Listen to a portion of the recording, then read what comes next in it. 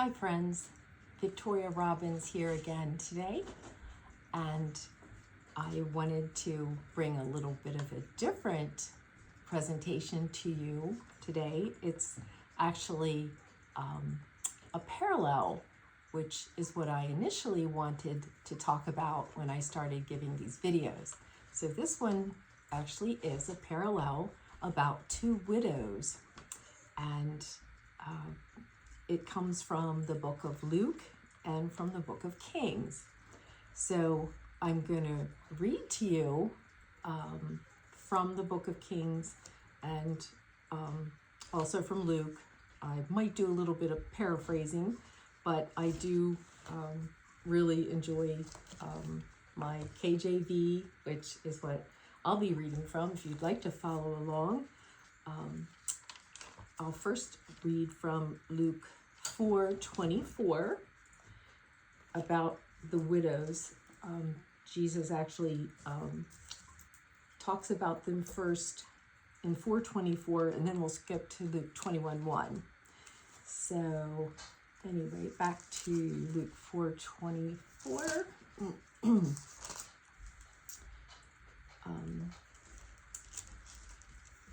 So anyway, and I will be speaking about Elijah today. So a little bit of a parallel between Jesus and Elijah. But however, this is the story of the faith of two widows. So anyway, Luke 4:24, and this is Jesus speaking to the Jews. He said, "Verily I say unto you, no prophet is accepted in his own country. But I tell you of a truth, many widows were in Israel in the days of Elias," but I'm going to say Elijah because it's more understandable. Many widows were in Israel in the days of Elijah, when the heaven was shut up 3 years and 6 months, when great famine was throughout all the land. But unto none of them was Elijah sent, save unto Zarephath, which is, I'm going to say Zarephath, which was a city in Zidon, unto a woman that was a widow. And Jesus was well aware that this is inflammatory language to the Jewish people, because in essence he's saying there were many Jewish widows, but Elijah wasn't sent to them. He was sent to this foreigner. So anyway, I'm going to skip now to Luke 21:1, when he's talking about an actual widow, the widow with the 2 mites. So Luke 21:1, and I think Jesus is sitting here because it seems to be from the posture of when he says he looked up. And he looked up and saw the rich men casting their gifts into the treasury. And he saw also a certain widow, poor widow, casting in thither 2 mites. Mites were a very, very small coin that's most insignificant, of very little value, but that's all that she had. And verse 3, and he said, "Of a truth I say unto you, that this poor widow hath cast in more than they all. For all these have of their abundance cast in unto the offerings of God, but she of her penury hath cast in all the living that she had." So now I'm going to go back to the Old Testament, to Kings, and this is going to be Kings 17, and this is where Elijah is introduced upon the scene. We really don't know where he came from. We don't know his beginning, and we don't know his end because he didn't die. He was one of the few people who there was no death record for him in Scripture. And Elijah is a Tishbite, and that's was very little told about him. So anyway, and Elijah is hiding from Ahab, the king. He's the king of Israel, not of Judah. This story takes place in Israel. And Ahab is very angry with Elijah because he told him about there being no rain for 3.5 years, which of course, when there's no rain, there's no food because there's no crops. And he is, of course, blaming this on Elijah, but this is what God told Elijah to do because Ahab is so wicked. But anyway, and Elijah, to Elijah, he said, "Arise, get up, and go to Zarephath to live." I'm kind of paraphrasing this a bit. "Behold, I have commanded a widow woman there to sustain you." And down to verse 10, "And when he came to the gate of the city, she was there gathering sticks. And he called to her, 'Fetch me, I pray thee, a little water in a vessel that I may drink.'" Now remember that there's a drought, so I'm not sure where she got the water because Elijah had been previously at the brook Cherith and was fed by ravens, and the brook Cherith dried up, and I guess the ravens weren't coming anymore because the Lord is now wanting him to be fed in a different way by a widow woman. So anyway, he's asking her for a drink of water, and as she was going to get it, he said, he called to her again, and he said, "And bring me a morsel of bread in your hand."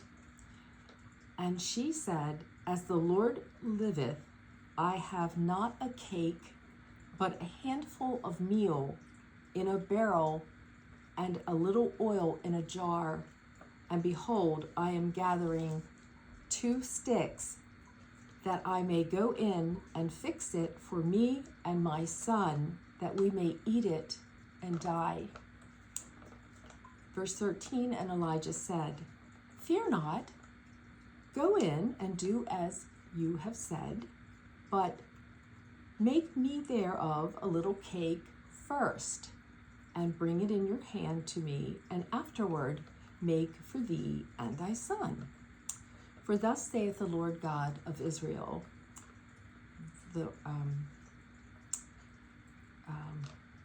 hardly read my own writing. The barrel of oil shall not stop, or the cruse of oil waste, until the Lord sends rain on the earth." So she went and did according to the saying of Elijah, and she and he and her son did eat many days. And the barrel of oil wasted not, neither did the cruse of oil fail, according to the word of the Lord by Elijah. And now I would like to show you how the 2 of these passages parallel together. So I'm going to read the one from the New Testament and then the one from the Old. So back to Luke 4:24, I'm sorry. Jesus is speaking, and he said, "No prophet is accepted in his own country." And then Kings 16:33, Ahab is the king of Israel, and he hates Elijah. So Elijah has no honor in his country either. So back to Luke, and this is Jesus speaking there to the Jewish people, and this is his disciples also. And he said, "But I tell you a truth, he says that twice in the two passages from 4:24 and then 21:1. He says, I tell you a truth, there were many widows in Israel in the days of Elijah when the heavens were shut up for 3.5 years, and there was a great famine throughout all the land. And of course, this is the condition with Elijah in 1 Kings 17:3. Elijah was hiding in the book by the brook Cherith, and he might be getting a little thin too, because there was no water and brook Cherith had dried up, and I don't think the ravens were coming anymore with food, so he's being sent to the widow. Back to Luke 4:26. But unto none of the Hebrew widows, I added the word Hebrew, widows, was Elijah sent, save to Zarephath, to a city of Zidon, to a woman who was a widow. And then back to the king's account, 17:9, God says to Elijah, arise, get up, get going, and go to Zarephath to live. And behold, I have commanded a widow woman to sustain you. Think of the poorest of the poor were the widows. They had no one, no social services to help widows in Old Testament or New Testament times. Anyway, Luke 21:1. Now Jesus looked up, because I think he was sitting, and he saw a rich man, or rich men, casting their gifts into the treasury out of their abundance. And back to 1 Kings 17:10, and when Elijah came to the gate of the city, he sees the widow woman, and she is gathering. So in the New Testament, they're casting. In the Old Testament, gathering. So they're kind of opposites there. And this poor widow woman is gathering 2 sticks. And it's interesting, the poor widow had 2 mites. The widow of Zarephath is gathering 2 sticks. And if you think about 2 sticks, I immediately think about a cross, in which Jesus hung on a cross. But she's gathering 2 sticks, and she is going to take the little bit of meal and a little bit of oil that she has and make herself a cake. But he first asked her for a drink when there's a drought, so there's a lot of faith involved there. So she probably doesn't have a lot of water, but she does in faith go get him the water. And as she's going, he of course asked her to bring him a morsel of bread in her hand. So we've got the hands and the hand. So, putting in, and then Elijah's going to take from the widow.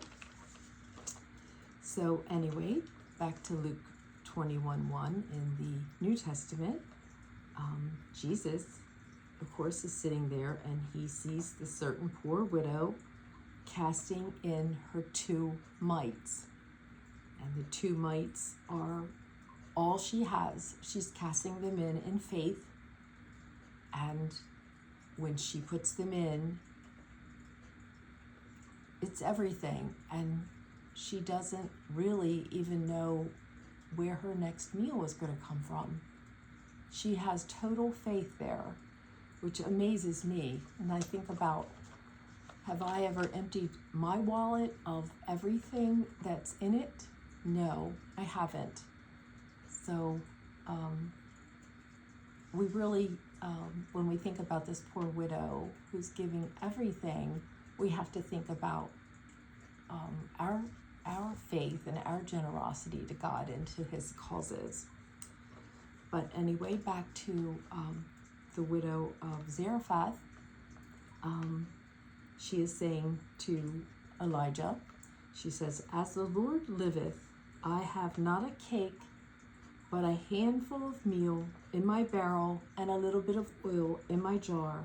And I'm gathering 2 sticks that I may go in and fix it for me and for my son, that we may eat it and die." So she does not know where her next meal is coming from. And it's interesting that Elijah is asking her to bring the food to him first. After you make it, there's no miracle yet.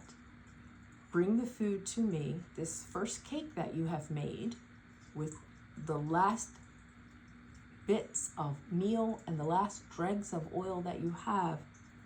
Bake it, bring this cake to me in your hand. Both stories are about hands. And so she did in faith, and she gave that to Elijah.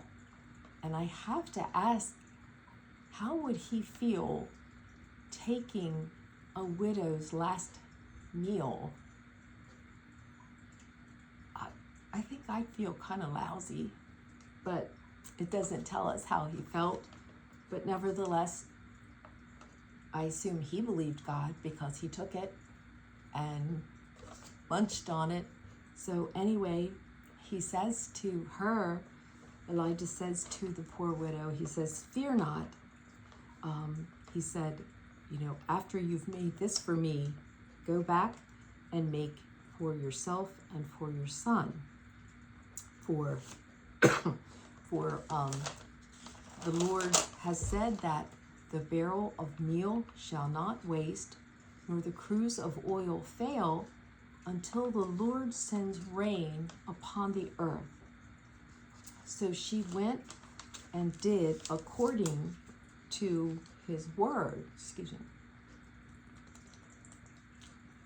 She went and did what Elijah told her to do.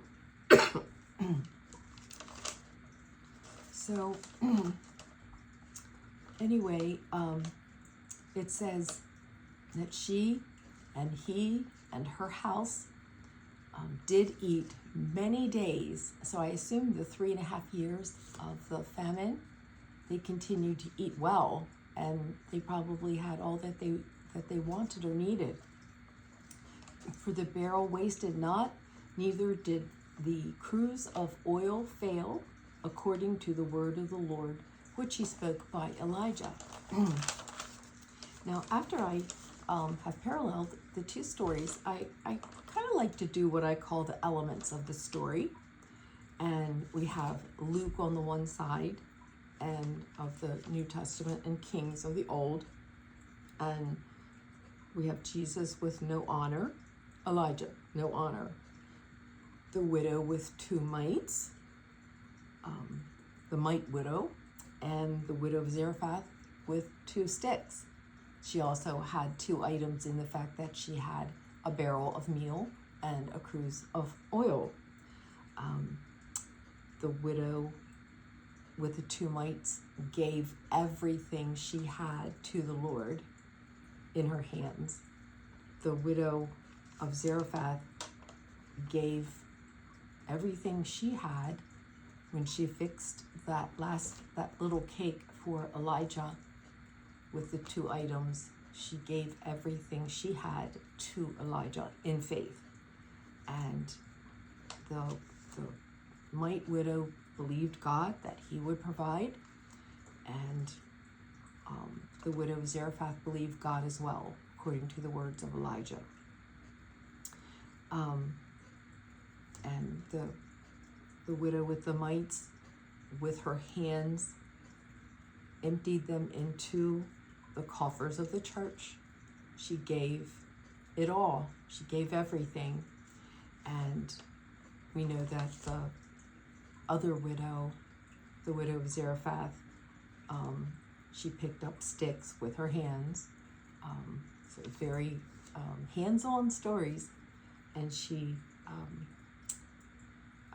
of course, made the cake and gave that to Elijah. And she was doing this all in faith. So anyway, I thought that these widows really paralleled one another. And the one interesting thing, as I in this session, the widow with the two mites is probably the only person that Jesus addressed and talked about that he actually didn't do anything for, not directly. It doesn't tell us that he that she was blind and he healed her, or that she was lame, or that she had a bent back, or any of those things. That he just watched her, and I'm sure that he provided for her, but it doesn't tell us what he did. But nevertheless, we here, all these thousands of years later, still talk about these two widows and their sacrifices and their faith. So I think this would be a real parallel story about faith of the poorest of the poor. So anyway, I hope that you've enjoyed my study today, and I hope that you will like the link below and consider following me. I do enjoy preparing these for you, and I'll see you next time. Bye-bye.